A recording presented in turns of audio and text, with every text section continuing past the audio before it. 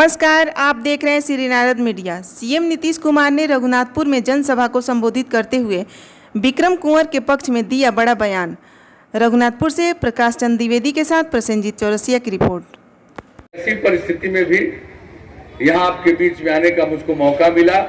हम पहले से आते रहे हैं, मुझे व्यक्तिगत रूप से खुशी हुई है, इसलिए मैंने आपका सबका अभिनंदन किया है। इस धरती का मैं नमन करता हूँ।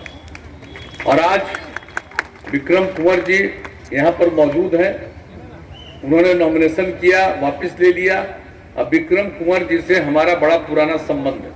हम एक बात आप लोगों को बता देते हैं, जब छात्र थे, जब हम engineering college, Bihar college of engineering Patna के छात्र थे, और उस समय वहां हमने यूनियन बनवाया था, स्टूडेंट्स यूनियन, और उसके लिए हमने ही उसके लिए संविधान लिखा था।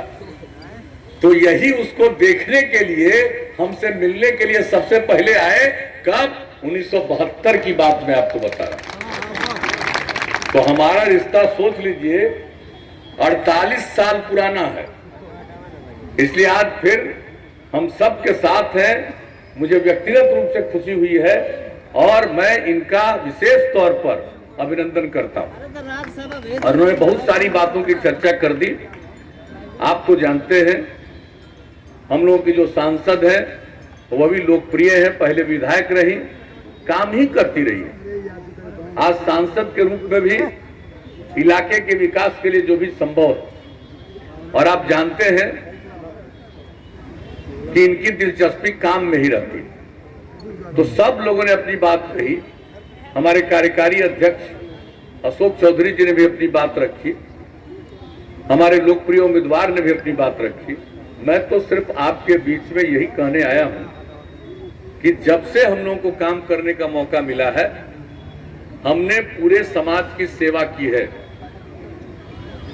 हम लोगों के पहले जो लोग थे, उनका परिवार एक परिवार था, पति पत्नी बेटा बेटी।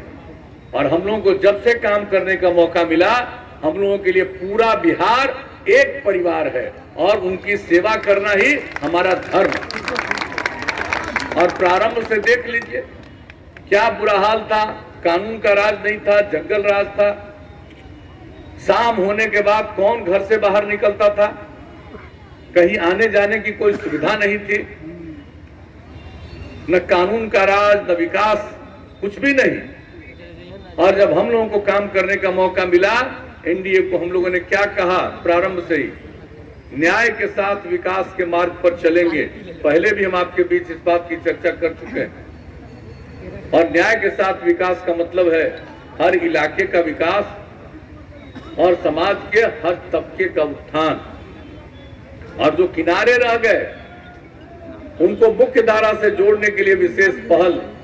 इसलिए हम लोगों को जब मौका मिला तो हमने किसी भी इलाके की उपेक्षा नहीं की और समाज के किसी भी तबके को एक साथ करने में हमने कोई छोड़ा नहीं किसी को। किस तरह से महिलाओं के सम्मान के लिए काम किया। कहां महिलाओं की जनप्रतिनिधि हुआ करती थी, बहुत कम, नाम मात्र की।